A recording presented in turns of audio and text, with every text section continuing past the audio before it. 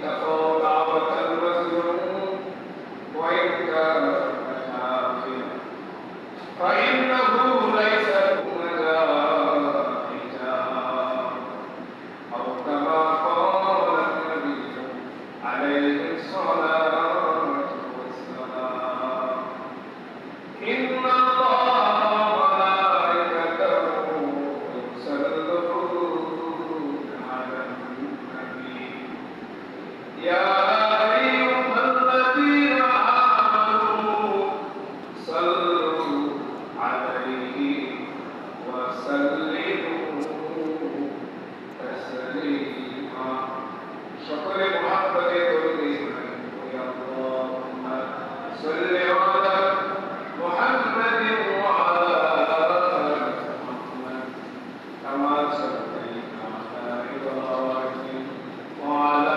آل إبراهيم إنك حميد مجيد اللهم بارك على محمد وعلى آل محمد كما باركت على إبراهيم وعلى آل إبراهيم إنك حميد مجيد سبحانك لا علم لنا إلا ما علمتنا إنك أنت العليم الحكيم رب اشرح لي صدري ويسر لي أمري واحلل عقدة من لساني يفقهوا قولي الحمد لله শুকরিয়া আদায় করি মহান আল্লাহ তাআলার দরবারে যে আল্লাহ সুবহানাহু ওয়া তাআলা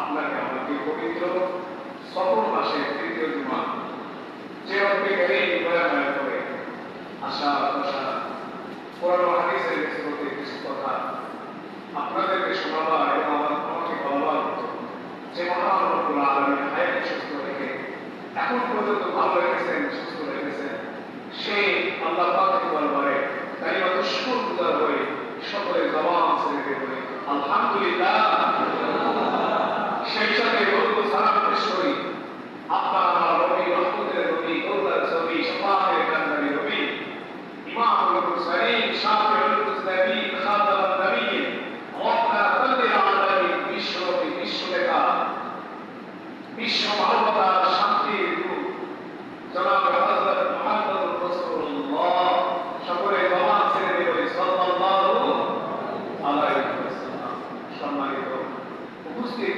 মুসল্লিদের আল্লাহর বান্দা আমি মহান রব্বুল আলামিনের পবিত্র কোরআনে কারিমের 110 নম্বর সূরা সূরাতুন নাসর সূরাতুল আন-নাসর আয়াত নাম্বার 3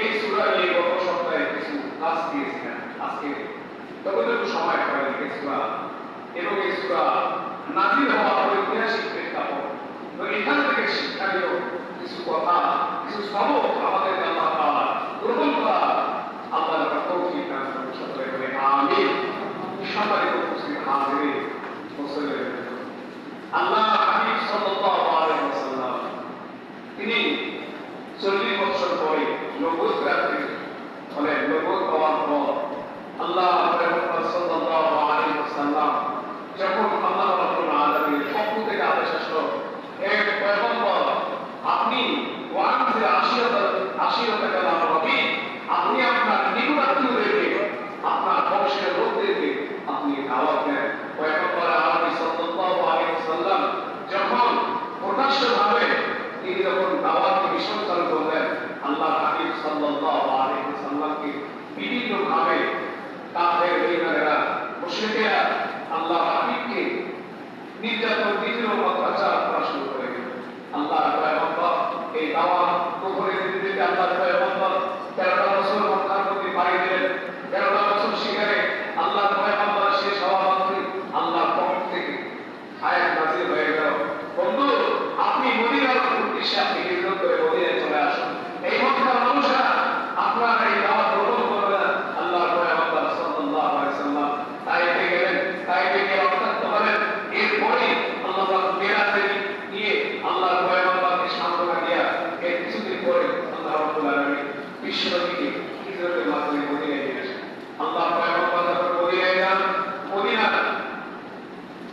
ষষ্ঠ হিজরি, এখানে বলা হয় যে ষষ্ঠ হিজরির মধ্যে খাইবার নামক উপত্যকায় একটা যুদ্ধ হয়।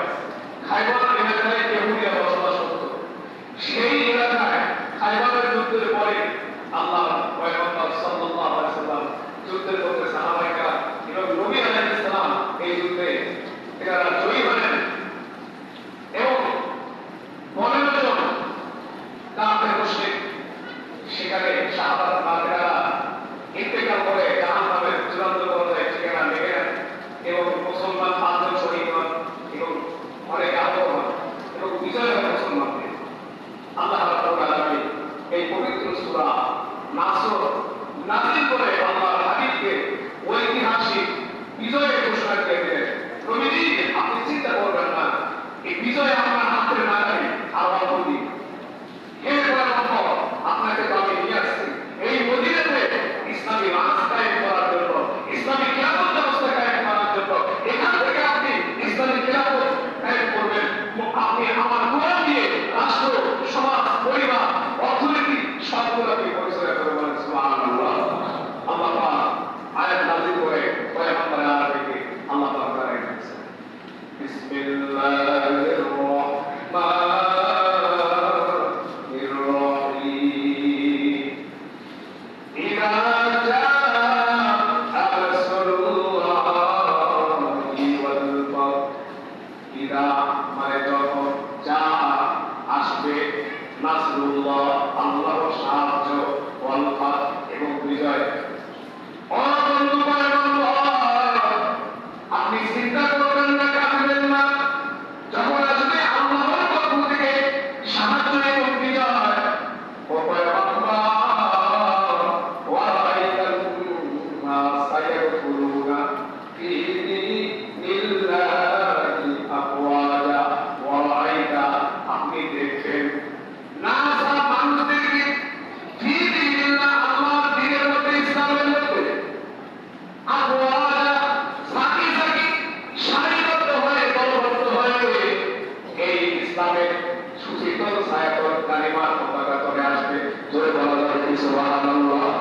ও বন্ধু, মক্কা 13 বছর আগে আল্লাহ আপনার উপর নির্যাতন, বৃষ্টি, প্রলাপ চালাইছে কাফের বেঈমান মুশরিকরা।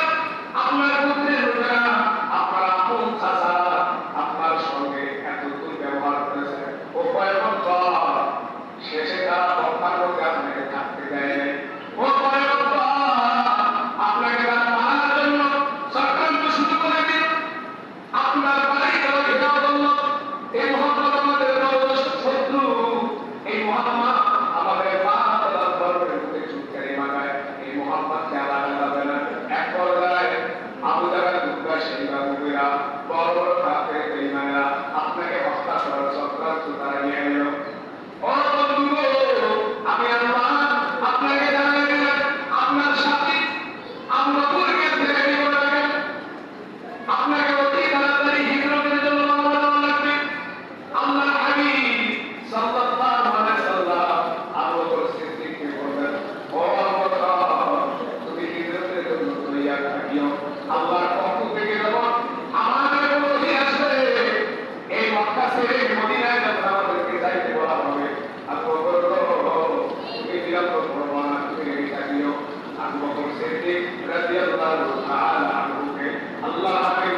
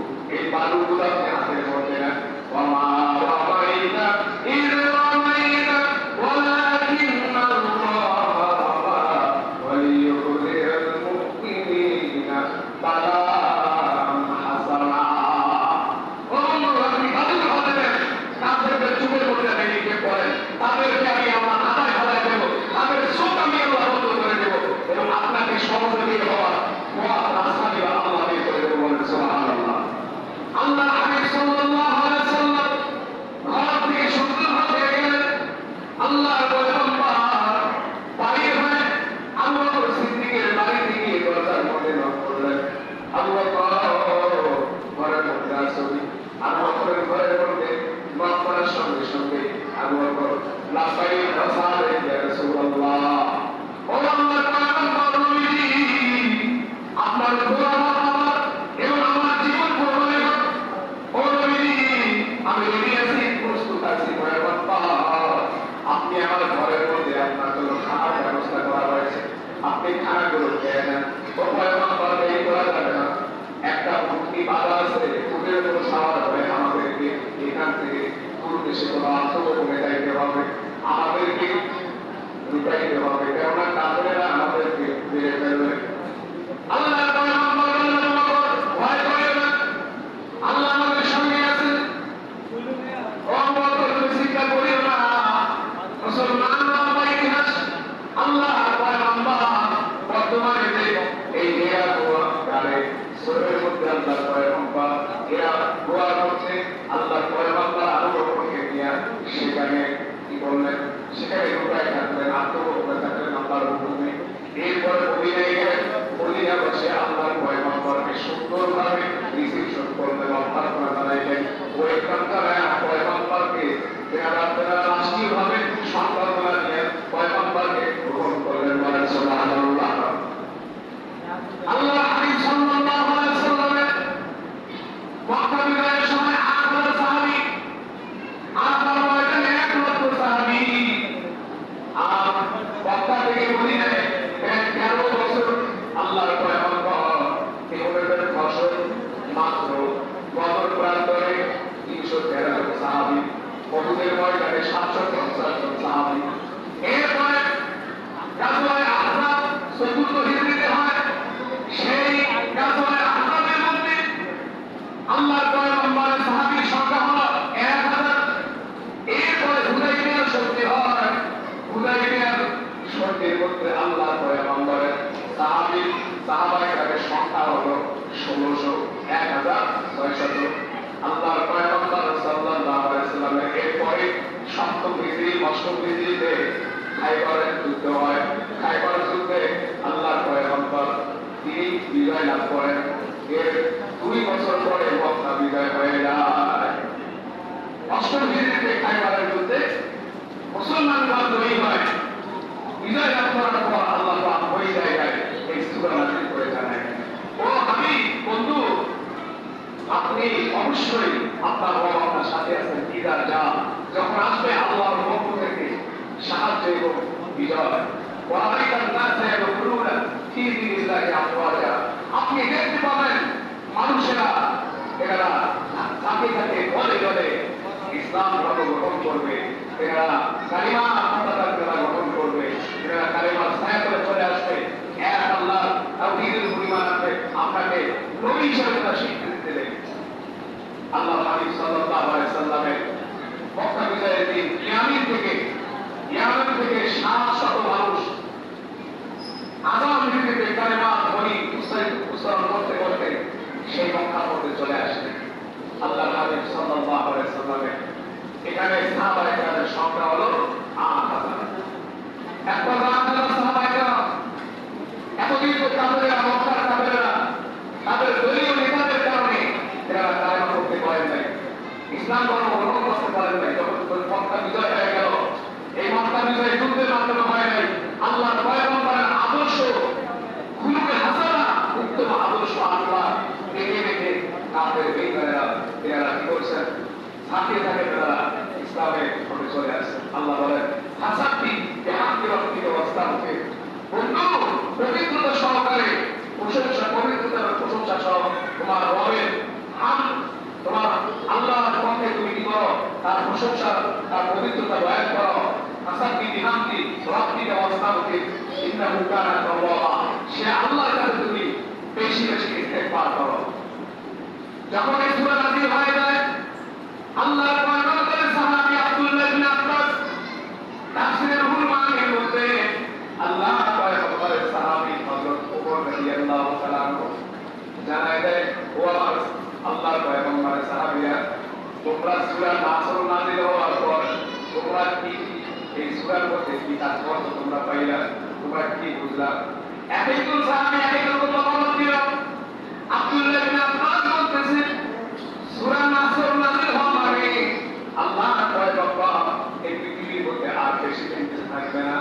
আল্লাহর পয়গম্বরের রিসালাত পূর্ণ হয়ে গেছে। এরা আল্লাহ কোরআনের দাওয়াত তিনি পরিপূর্ণ দিয়ে দিয়েছেন। অর্থাৎ আল্লাহর পয়গম্বরের মৃত্যু আর বেশি দূরে না। এই সূরা কোরআনের সর্বশেষ সূরা সূরা নাসর, এই সূরাটা পরিপূর্ণ নাযিল হয়, কিন্তু সিরিয়াল আকারে যদিও সূরা নাস শেষে রাখা হয়েছে, কিন্তু সূরা নাস একেবারে পুরোপুরি কি হয় নাই, নাযিল হয় নাই। কোরআন কারীমের প্রথম নাযিলকৃত আয়াত হলো পবিত্র আলাকের সূরা আলাকের 5টা আয়াত, কিন্তু একেবারে নাযিল হয় নাই পুরোপুরি। কিন্তু সূরা ফাতিহা যখন নাযিল হয়েছে সর্বপ্রথম পুরোপুরি সূরা নাযিল হয়েছে, যার কারণে সূরা ফাতিহাকে সর্বপ্রথম রাখা হয়েছে।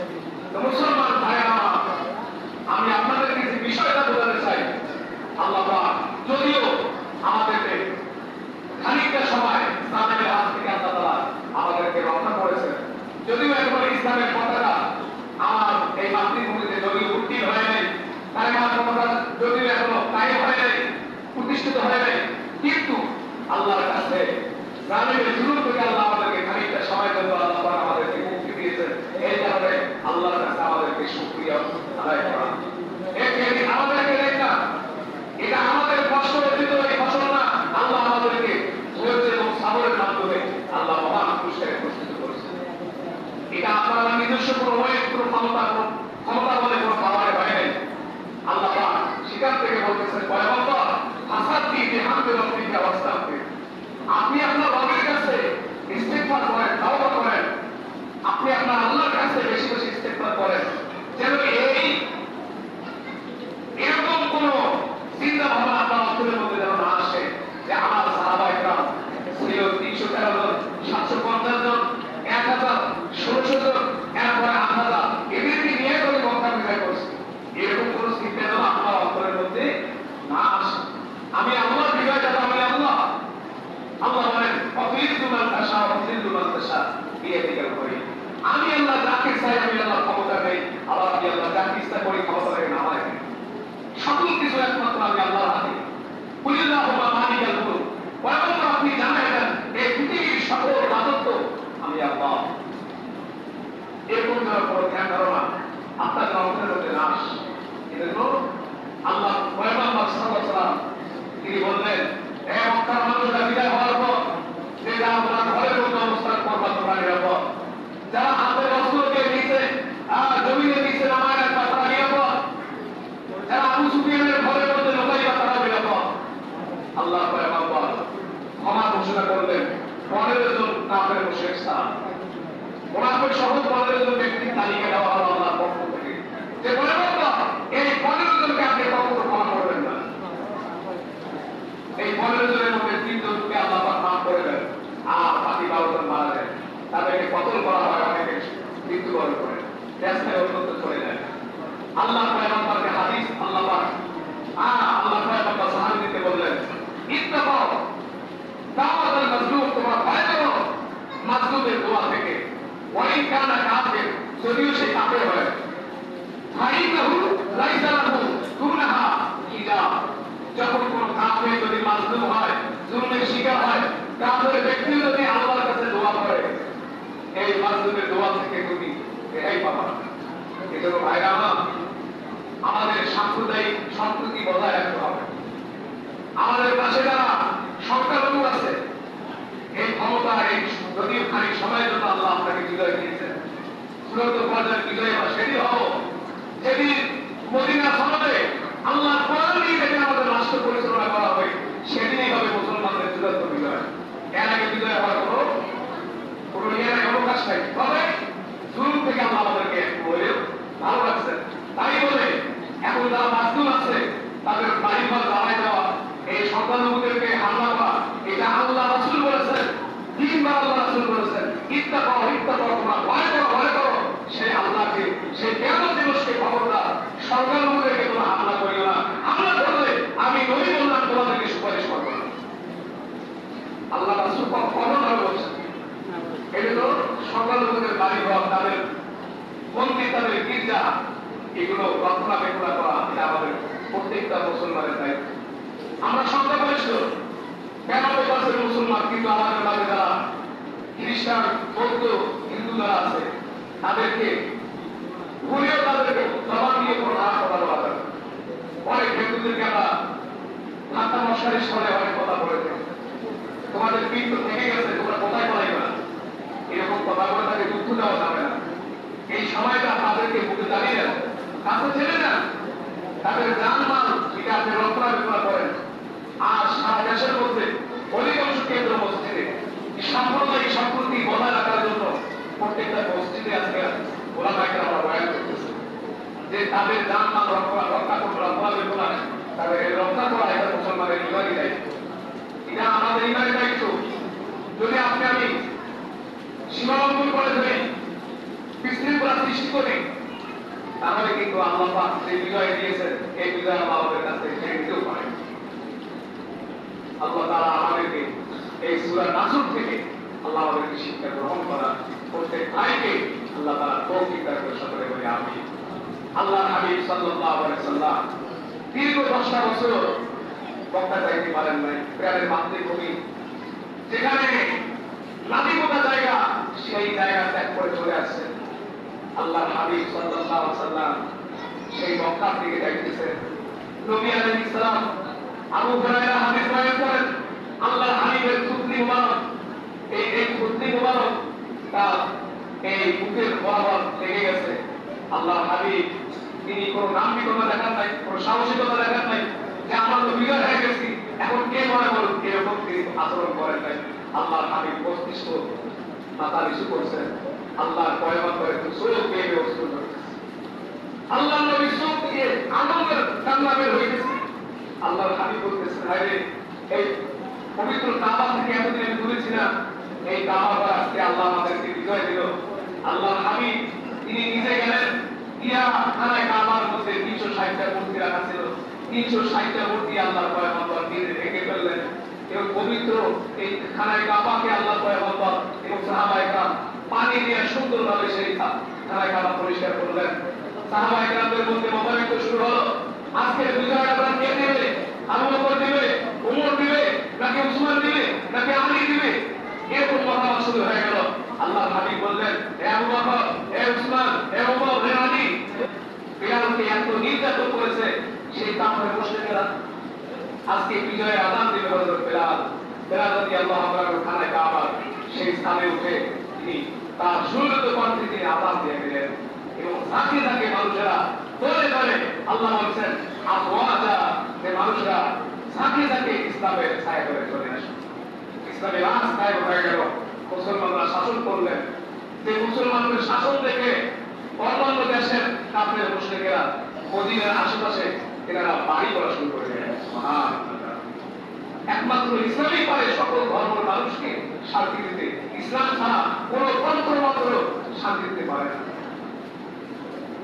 আল্লাহ তাআলা আপনাকে আমাকে ঐক্যবদ্ধ ভাবে এই আমাদের জমিনে ওলামায়ে কেরামের মাধ্যমে, ওলামায়ে কেরামের নেতৃত্বে আল্লাহ যেন আমাদেরকে সেই সোনালী যুগের ইতিহাস, সোনালী যুগের স্বপ্ন আর এই মাতৃভূমির মধ্যে বাস্তবায়ন করা, আল্লাহ তার জন্য এই কোরআনী রাজ এই দেশে কায়েম করার আল্লাহ তৌফিক দান করেন।